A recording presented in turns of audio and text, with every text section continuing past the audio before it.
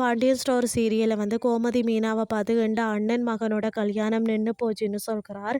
அதற்கு மீனா தெரியும், அந்த ராஜி சொன்னான்னு சொல்கிறார்.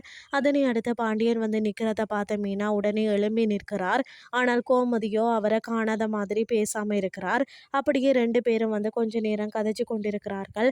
அதனை அடுத்து சக்திவேல் பொம்பளையோட அப்பா கிட்ட எதுக்காக நிச்சயதார்த்தத்தை வந்து நிப்பாட்டினீங்க என்று கேட்கிறார்.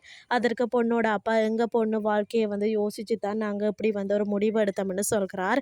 அதை கேட்ட சக்திவேல் நடந்தது உண்மையான கல்யாணமே இல்லைன்னு சொல்கிறார். மேலும் சின்ன குடும்ப பிரச்சனை அவ்வளவுதான்னு சொல்கிறார் சக்திவேல். பிறகு பொம்பளையோட அப்பா உங்களுக்கு நெருங்கினவங்க தான் சொன்னவங்க, அதுதான் நாங்கள் இப்படி ஒரு முடிவெடுத்தோம்னு சொல்கிறார்.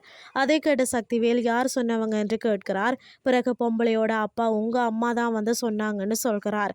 அதை கேட்ட சக்திவேல் ஷோக் ஆகிறார். மறுபக்கம் மயில் சரவணனுக்கு போன் எடுக்கிறார். அதை பார்த்த சரவணன் கோவப்படுகிறார். அதனை அடுத்து சக்திவேல் வீட்டை வந்து நடந்த எல்லாத்தையும் சொல்லி பேசுகிறார். இதுதான் இன்றைய நாளுக்கான எபிசோட். அடுத்த எபிசோட்ல என்ன நடக்க போகுதுன்னு சொல்லி பொறுத்திருந்து பார்க்கலாம்.